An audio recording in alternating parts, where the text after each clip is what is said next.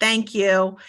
So I am discussing about how to ensure your student's IEP includes the qualities, the 9 quality indicators of transition.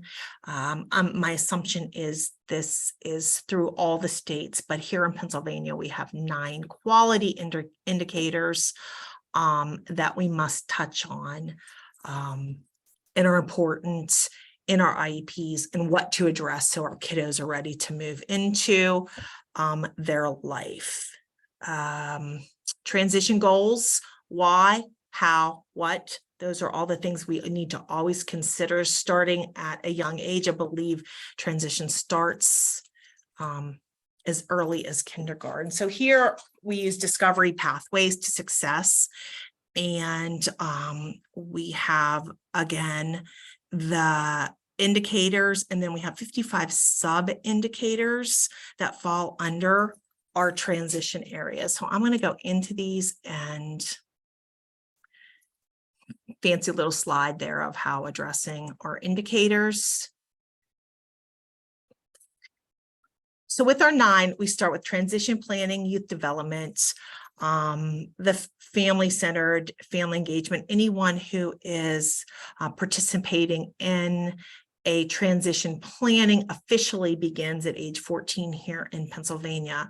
But as I said, I believe in transitioning in kindergarten. So often our kids are exposed to, when we're doing our careers development, the heavy hitting. And I work in an urban school district that has a diverse population. So we see the students running the gamut in the range of ability levels and experiences.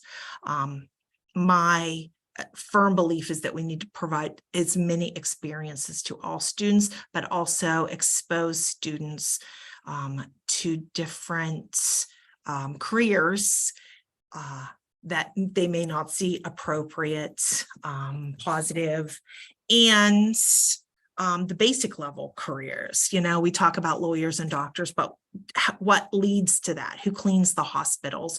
Who gets the equipment ready? Who sets everything up? Who sterilizes it? Who cleans the bathrooms for the patients to go into? Just the whole, it's all just a circle, and we need to touch on all of those, just not the idea of the doctors.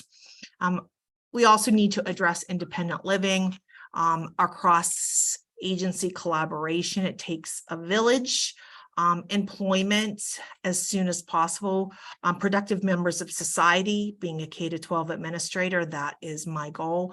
All students to be productive members of society, and that doesn't necessarily mean everyone's going to participate in a post-education.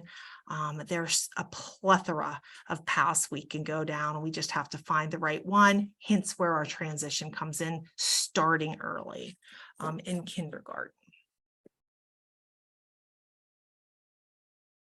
So we use the National Technical Assistance Center for Transition. I pulled this from, and I actually keep it on my desk, the whole packet, and I do keep it on my desk to make sure that we're addressing transitioning from students to their post-school activities, starting within the classroom, again at an early age, K-12, or the age of 21, and be preparing for beyond that age. During COVID, you all know, 22, but preparing students with disabilities is the target of my presentation. However, I'm an advocate for all students. So I do, and I'll get into that, planning for all students and transitioning. There's a little pocket of kids that we tend to miss. And again, it doesn't matter how fast we learn. It matters that we learn, and the encouragement not to stop. Positive relationships into preparing for transitional activities. As you all know, when we're completing our grids and preparing for the official school age of 14, we have a plethora of surveys and different ways to measure how kiddos are ready to move on and what they're interested in. It's imperative that kids, we get caught in education, we get caught in everybody is going to use the same, we're going to use the same survey for all kiddos, and that's just not appropriate. We need to use different surveys for our different groups of students. A learning sports student that has just a little comprehension, specific learning disability, opposed to a high need autistic or life skills student looks very different in their surveys and how we present the surveys, but we're still obtaining the same information. Who needs independent living and how does that look? So we're looking for formal transition assessments, but we also have informal transition assessments, which are informal, as you all know, are every single day we work with our kiddos, we can see the growth, but we don't need to reinvent the wheel. We just Google it and all of them pop up.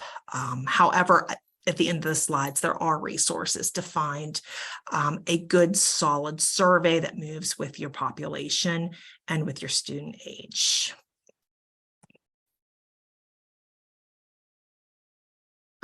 Now, here's the fun stuff.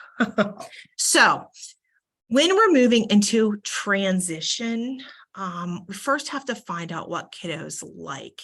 They don't know, kids don't know what they like because they haven't been exposed to everything. And I think it's real important that we know the key differences between some of our programs that are offered. One of them is the pays. We're all pretty much familiar, and if you're not, you can Google and check it out, but we're all pretty familiar with that model. It's very, very, very different than Project Discovery. And I will tell everyone that before I started working with Project Discovery, I didn't fully understand how different both of these programs are. I don't personally have a PAYS lab. I'm familiar with it and have worked with it when I was in the classroom because I've moved districts.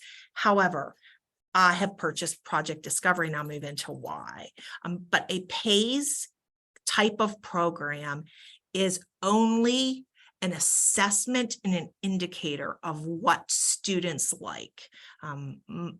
It's a program to use and it takes you through a whole bunch of skills, and then it identifies what students are possibly good at and how they can move forward into additional programming on what they like and what they want to do. Project Discovery offers that and just takes us down deep into what we're doing and builds on it every level on how we can grow in a craft from planting, greenhouse, filing, mail. I mean, it's just such, and you all probably are familiar with the program. If you're not, there are plenty of resources to be able to discuss the program. I'm going to look at a few pieces here. So here, as we all know, we have to acknowledge and we have to document our career awareness. This programming ties the two together. It's not an additional program. So everything under our PA code, PA state code, ties into information and knowledge base and our creativity that we can put our programming from Project Discovery into careers, and we tie that all together, and the programming all flows with, I'm sorry, I'm getting tongue-tied. The programming all touches on the career awareness portion of what our mandates are under chapter 4 for Pennsylvania.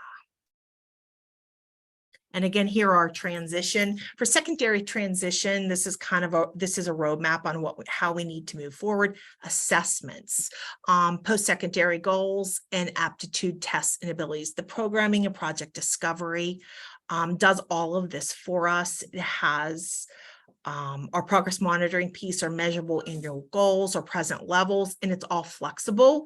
and provided according to ability level. This is project discovery. It's proven and practiced, and I'm not going to go over the research based. We're all familiar. It starts with practical skills and moves to students outside of the box. We need to think outside of the box. Okay, here's where we go. These are actual pictures of students in our life skills programming. So in my district, in our district, we use project discovery in through grades levels K to 12. We started out with the programming for life skills students. Everyone is mandated to use one of the sections.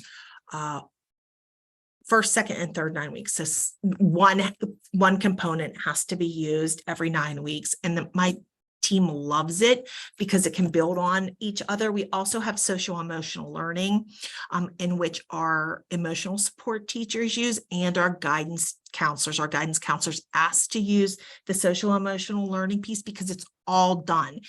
Everything is done for you. You can see they're looking at the picture cards. So they are working on the greenhouse work, and they're using the vocabulary cards as picture cards. We have everything interactive. So we do have smart boards where everything is up on the screen, so the students can actively participate. I will let you know that one student in here is nonverbal, but is actively participating. Here are pictures of the steps of how we're moving through the greenhouse model, teaching the lesson, talking about it, actually doing the planting, measuring out, following up with, the gloves to the book, to the measuring out. Now, please understand this is a life skills class, and the students' functioning level is low. Obviously, they qualify for a life skills programming, but they're performing beautifully. You can see with their little vests on, we are out doing some community work with picking up garbage, picking up trash with the vest, but teaching, that's part of what we do. That's part of programming and what we do with transition. And this is where we went. So we're using the greenhouse model. And I guess I want to talk about it's across curriculums. So when we're using, the goal is we have a greenhouse, and we have an aquaponics where we have fish, and I think that's called aqua. Can anyone help me? It's aqua. I don't know. Yes, that's it. Thank you, Sam. That's exactly what we have. A hydroponics. So the goal is to incorporate this across curriculums with the regular education science programming, and have it start at the beginning of the year and move into growing the plants, growing vegetables, and then moving into the cooking portion of the project discovery, and using that as food prep and food service. Yeah, me too. I was thinking that too. And then having the students cook with the food that they've actually produced so they can put it all together.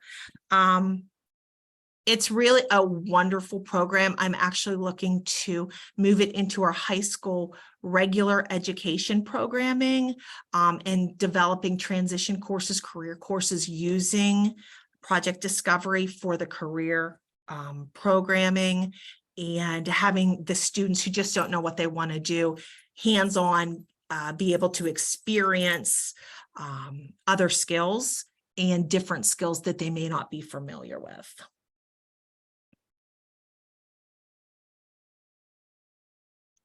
Now I can go back. There are a couple resources.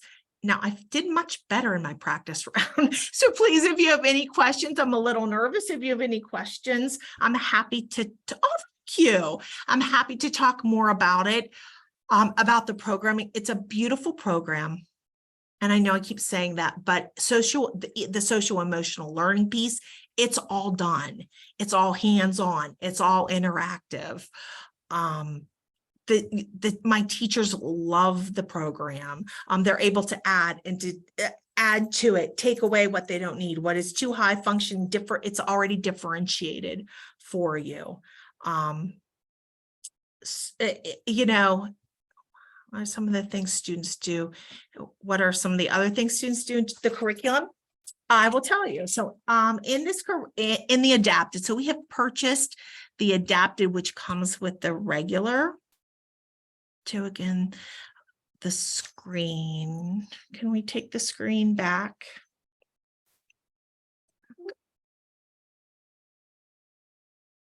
Michelle, can you help move that screen back, or Joyce?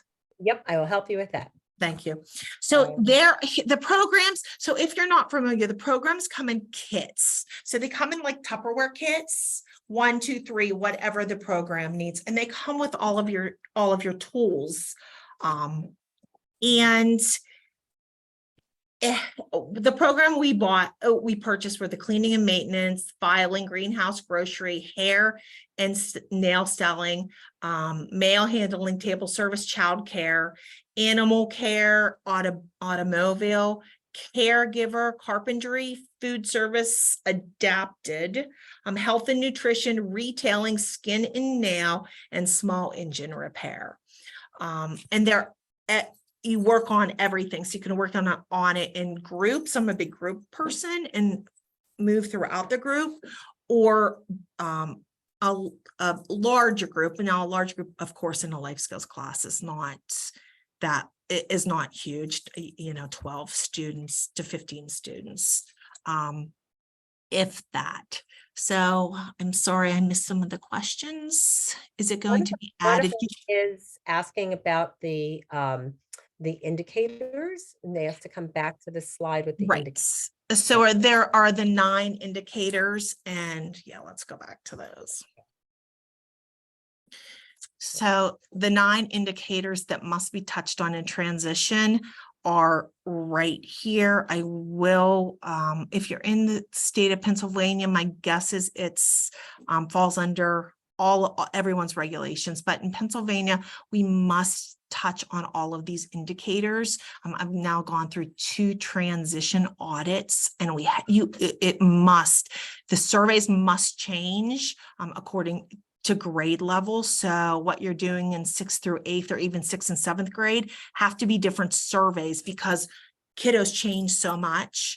So we'll do like an 8th grade, 9th grade survey, and then a 10th and 11th and 12th for our final year. Move on that one. Hopefully OVR, if they're high need students that need a waiver, OVR is actively involved. I'm a little bit of a nag, so I nag OVR to make sure they are participating in, because we can't get our waivers for our students to be able to live on their own, so we can start preparing them without OVR's assistance.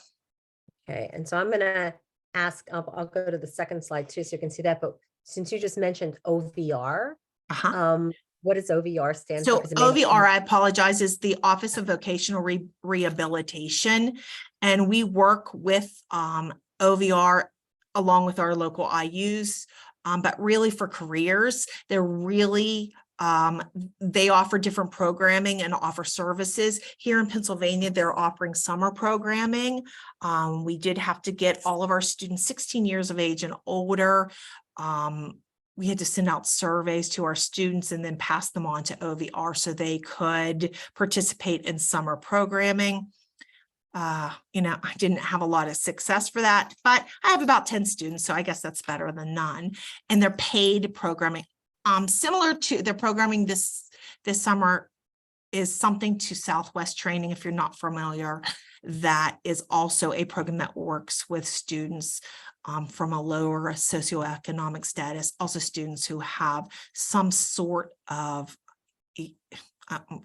I don't want to call it a disability, but for example, I have a daughter who has extreme anxiety. She was able to participate in Southwest training, and she worked in a physical therapy department. So we coincide with our local programming to help provide the job coaching on-site services. So you would know those resources in your area. We have a tech, and I don't mean like a VOTech, I mean a tech that works on helping to find jobs. Right. It's not a vocational placement. It's tech to help get kiddos who are not being successful in the traditional educational setting, but we need to start preparing them for being contributing members of society.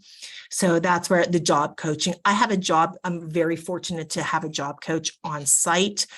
So we do intensive community work starting at our high school level. We do a program where we get food ready for students who we're, I believe, 68% low socioeconomic status. So we get the food programs ready, send food home on the weekends, and our life skill students do that for the students district wide. And it all falls into the discovery process of what you're able to do.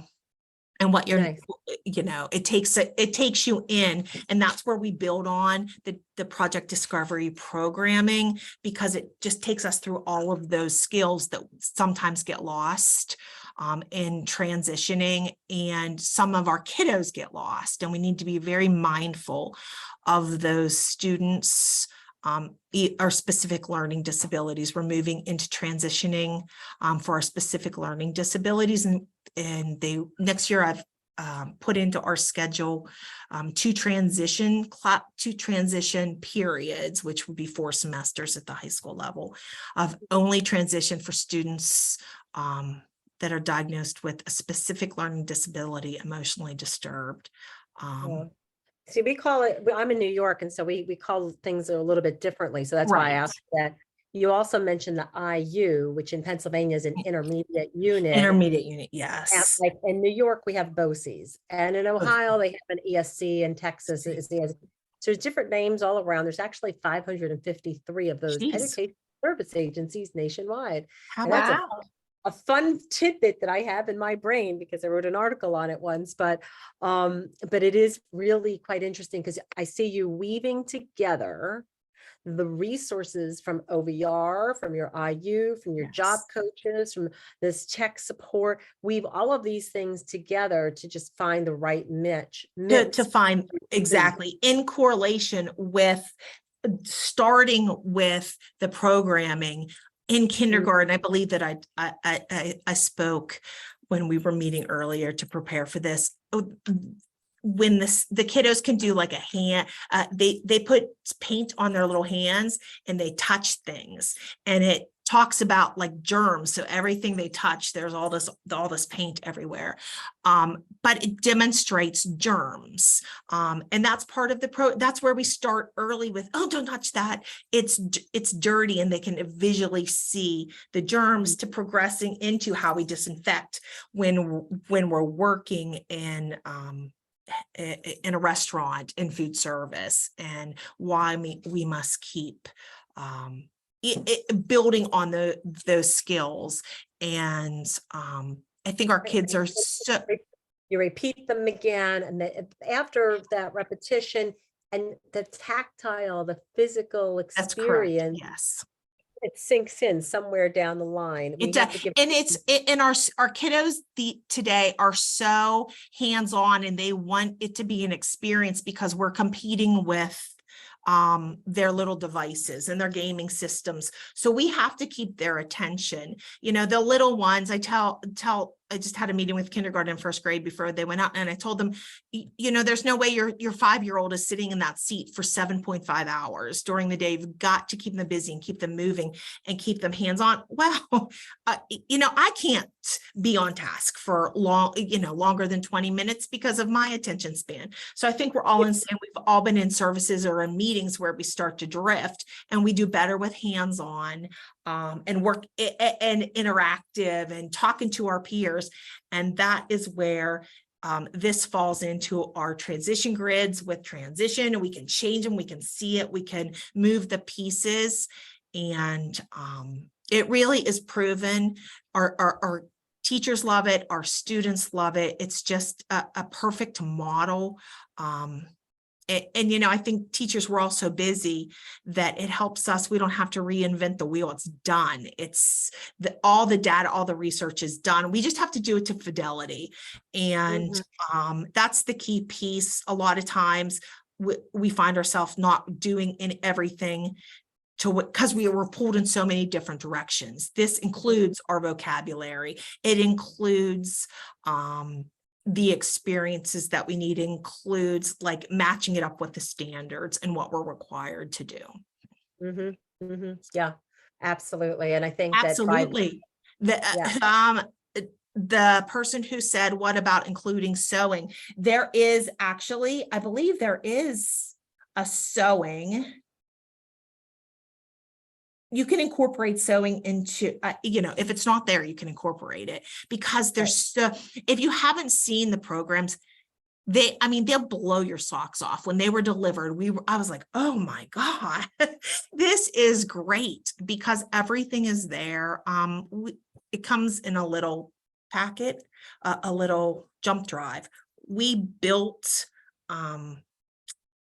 binders for every single program so that my teachers can just grab the programming and go, but they can also make them however they want, to adapt them however they want with the interactive jump drive.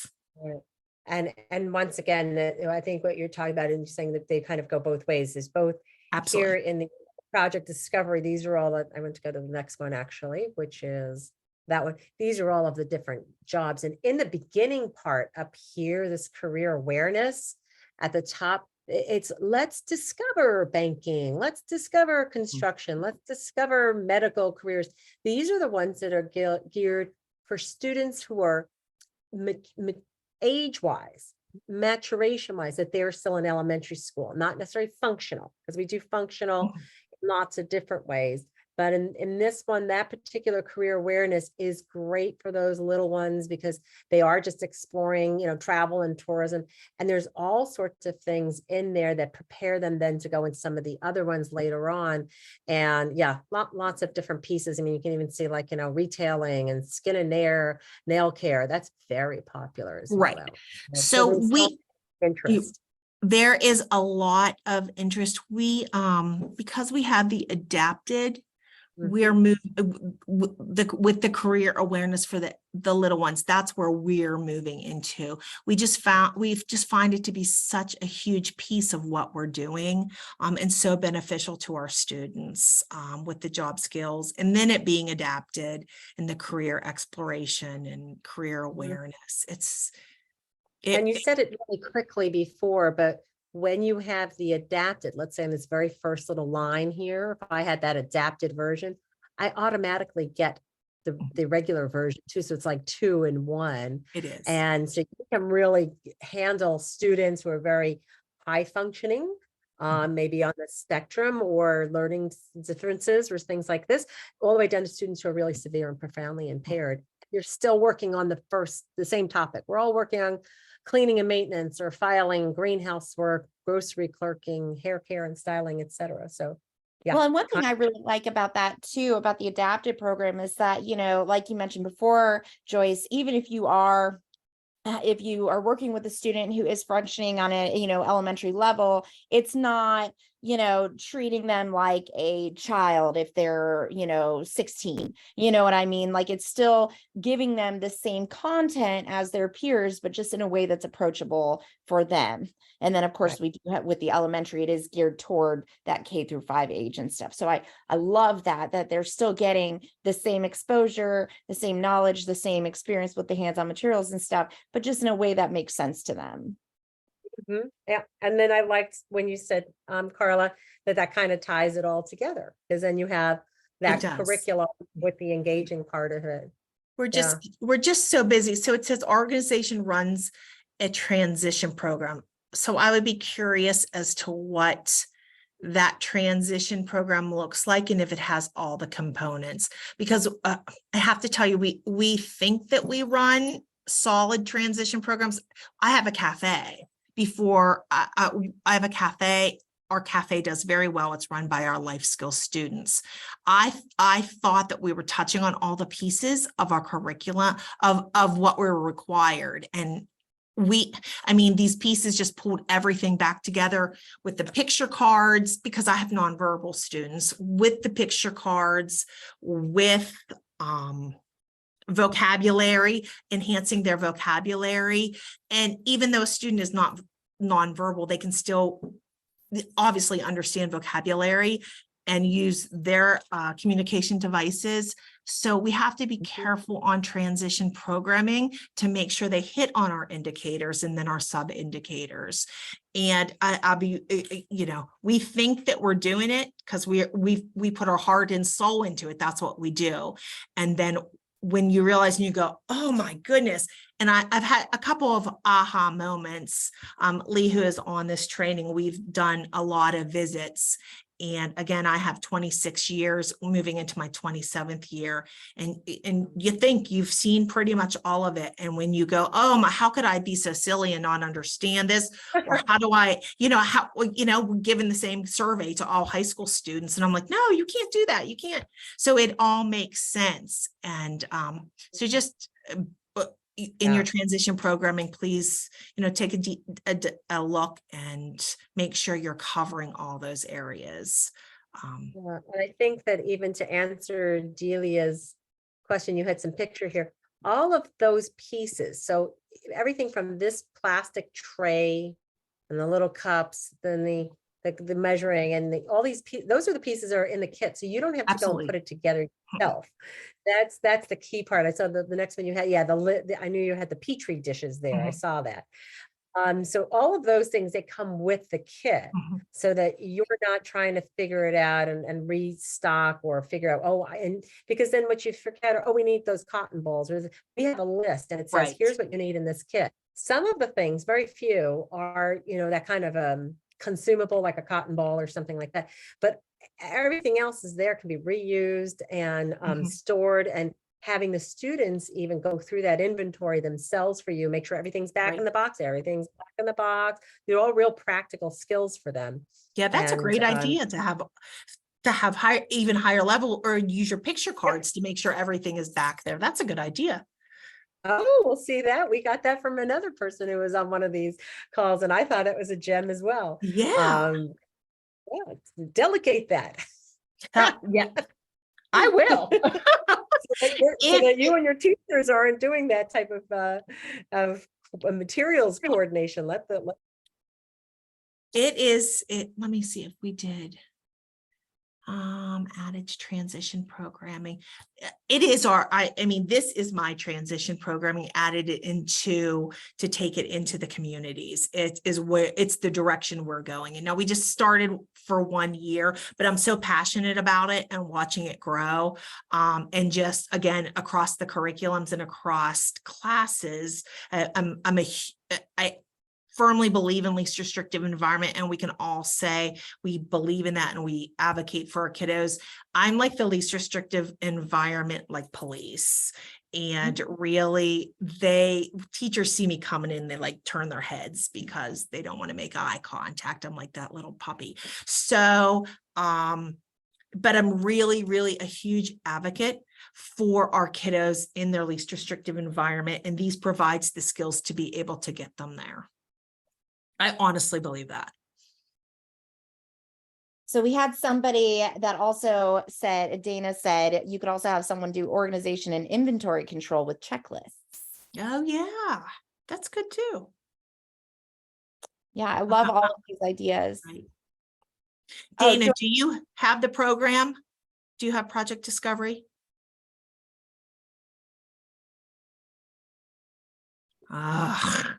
You would love it. You would love it. It would enhance your programming. Yeah, I'm very, very fond of it. Well, it's ours.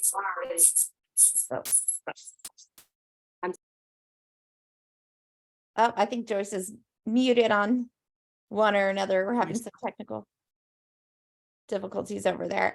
But yeah, I'm so glad that you're, sharing all of this knowledge with us, Carla, because I think it's just good for everybody to know and get ideas for this sort of thing, because it is a very challenging thing to do, to have to put all this stuff together yourself. So when it's already done for you, I think it really does make a huge difference. So I want to just do a couple go ahead and continue to put your, questions, thoughts, or whatever into the chat. Now, a lot of people have asked for links to purchase and more information. So I'm going to put my email address in the chat. Have it up just as well, Michelle. So Okay. Yeah, and if you guys have anything like that, like any interest in purchasing, learning more, meeting with your local rep, or getting the recording link or a certificate of attendance or whatever else, please feel free to reach out via email, and I will pass it on to the right person for you. Fantastic. Put that in. And, we've got a couple of things we can share about where you can find some more information out. So just to kind of walk you around, because there's so much stuff up on our website that we always found that was helpful.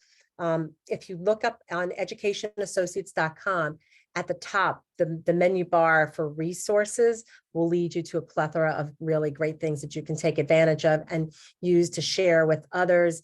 Of course, that's where you can both register for upcoming webinar Wednesdays, but you can also get the recording to this one and all of the other, whatever it is, 22, 23 of them that we've done over the past couple of years. They're all in there and they're linked through. So this was one here, preparing students with special needs to be successful employees. But that was from April of 2021. And there's just like a little carousel there that goes around and you can pick and choose from them.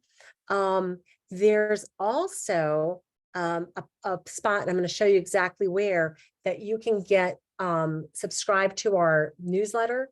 So if you're like Carla, director of special ed, you could subscribe to this newsletter and then pass it on to your team. It doesn't really try and sell them anything. It's just recapping what we did during the show. So we write it on up, and the way you get to that newsletter is you go to Education Associates, back to that resources, and on the side it says our newsroom, and that's news and views, and that's where you can sign up for it. So I highly recommend them because it's really a great little synopsis. Not everybody has an hour that they can spend. There's also a neat little preview packet that you can download for free, and that has a little look at the sample curriculum, what the kits come with, and then it's a little sampler you can hunt out and find. There's a sample of what the audio sounds like, because it's all the things that we have. The PowerPoints they have audio, so that for students who are not readers or not strong readers, they can have it read to them. It's all done with real actors, voice actors that we hired, rather than it being like a computer screen being very, herky-jerky. So they have some good audio that they can listen to, and a sample video of video modeling, and it'll talk about digital badge credentialing and so forth. So there's a lot of things within that preview packet. And then right next to resources, which is to find the funds, and that's where we have information about both the, whoops, and I think I went too fast there, about the different types of funding, and including, there's one on there about the ESSER funds, which I was at the PAIU conference last week, and they were talking about the amount of money that is not yet spent. So, I mean, in Pennsylvania, it was like 7 million, FYI. It's a lot. And that's the money that's got to be spent by this September 30th of 2023. And it's the first round of ESSER funds. And I think 7 million was just to the independent schools. That wasn't to the regular schools. So it was like, oh my gosh, the meeting I was in, I said, there's a lot of money. And of course, there's regular IDEA, Carl Perkins, Title I, Title III. There's a lot of different funds. And we've got correlations you can download and you can give to your federal programs people and so forth. And if we haven't answered all of your questions in all of this, and you can still keep answering, that's perfectly fine. But you could also request a personal Zoom. And we've had directors request a Zoom during their meeting time with their teams so that you could walk through all the parts of it with your team and ask questions and then get us off the line and then discuss amongst yourself which elements work best or don't, or how you would see using them and things like that. So it's a good, especially this time of year in the summer where you're planning for the fall, that's a great way to use this as a resource as we're going through. I see another question from Lisa. And so she said, are the kits by grade level? She teaches high school. Yes, so they're the kits are at the functional level are identified within each of the kits. So And- I don't know if go you ahead. can see, but I have it right here. Mhm. It's probably backwards, but it's beginning, intermediate, and advanced, which are high school. So yes, it comes in leveled. So Well, I do want to mention too, by the way, even though it is broken up by reading levels, we actually have a lot of people that use our beginning, intermediate, and advanced with middle school as well for middle school career exploration. So what's great about it is because it is differentiated into so many different levels, you can use it in middle school or high school or 18 plus transition programs. I mean, it's just very, very, very flexible in that way. Right. Right.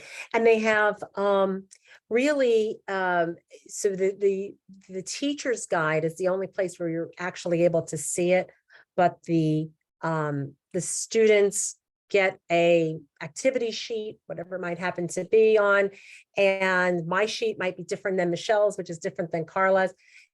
That's about the only thing you can see. You don't realize that I'm on a second grade reading level, even as a 15 or 16-year-old. Michelle might be on a fourth or fifth grade reading level, and Carla might be on a near grade level. Maybe it's her behavior that is, the differentiator for her and her learning needs. So we're all talking about planting seeds, and we're working with something in our hand, and then the hands-on materials, so you can really pivot seamlessly, and they don't realize, So someone just put, I teach high school all levels. Yeah. So now I'm starting to warming up. So the packets provide you with a post-test, a pre-test, and a post-test. So you have your starting point, you have your ending point. I mean, you get your certificates.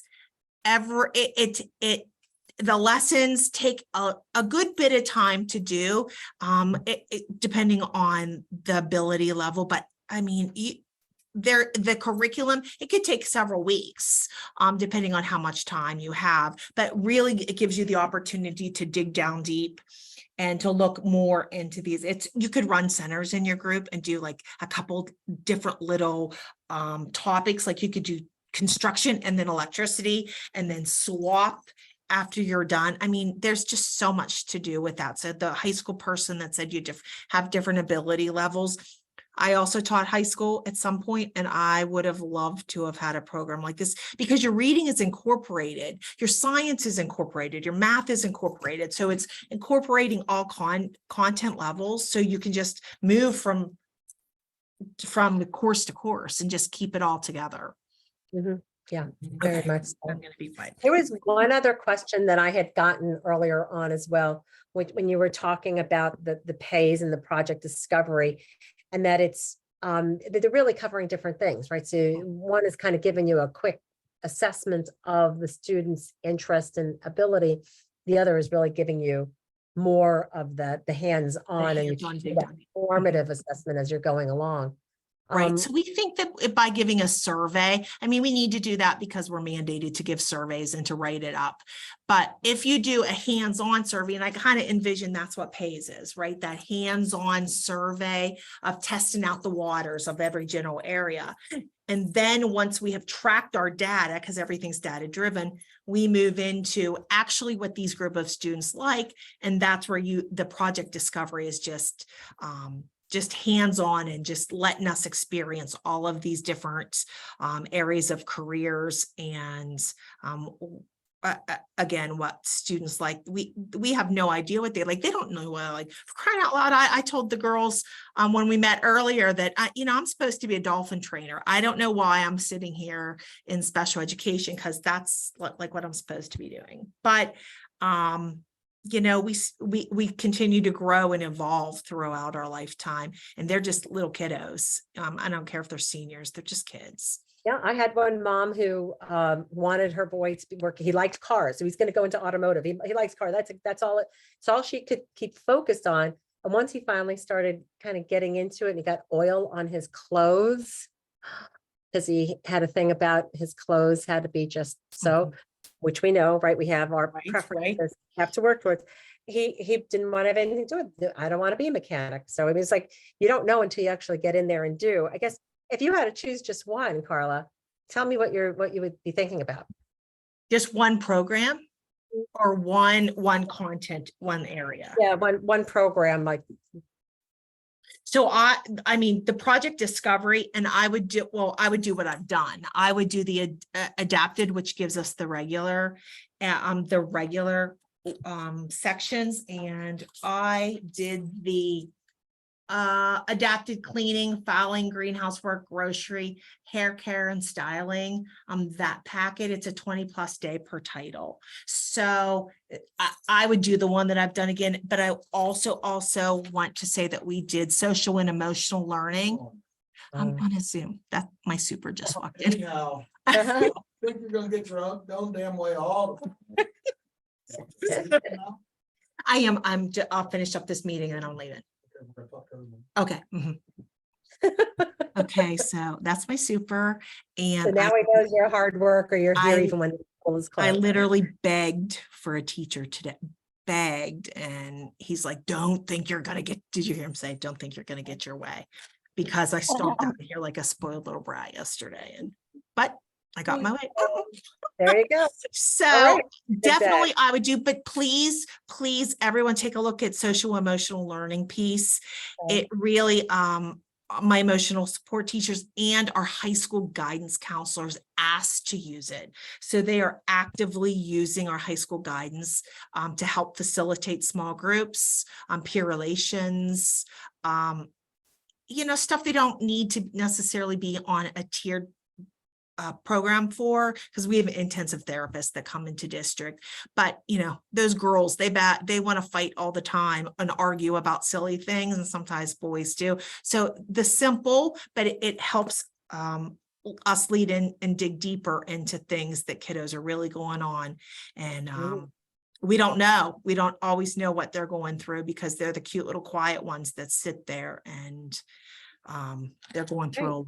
So Right. okay, I could go on and on, so I will It stop. keeps all of them together. Well, yeah, so like, I guess what I'm hearing there, you've got a whole bunch of different choices that you'd make from project discovery, and that would probably be the direction versus doing the surveys, or which way you would go with between the pays and the project discovery. Project discovery, I would go towards the project discovery, yes. Yeah, well, just All right. I know one person just asked me on the side. I was like, okay, we can clarify that and why. Yeah, the project discovery, because it provides that, right? You can touch at the basic levels or the beginning levels on the initial part of the careers, and then build through the intermediate and the advanced. So yes, I, as you can tell, love the programming. I was convinced from day one, and I continue to stand by my words, and my teachers do, and they like it. They like having something to use. Oh, so that is so appreciated, Carla. It's hard because there's so many different things to choose from. And That's right. What do you do? Well, so here's, kind of right there from where the rubber meets the road, right? And we piece them together, and you don't have to piece together because it's provided for you. And that, I mean, I started back in the day when we hand wrote every single IEP.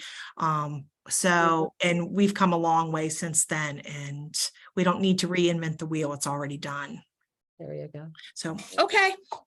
Thank you. All right. Thank you so much. And to everybody who's been here today, thank you so much. Even for my Thank little you. technical difficulties, I got bumped off and came back on again. It's very fast, but it was a technical issue nonetheless. So we wish you a great rest of not only your day and week, but of the summer. Have a great extended school year and great time off to refresh and replenish.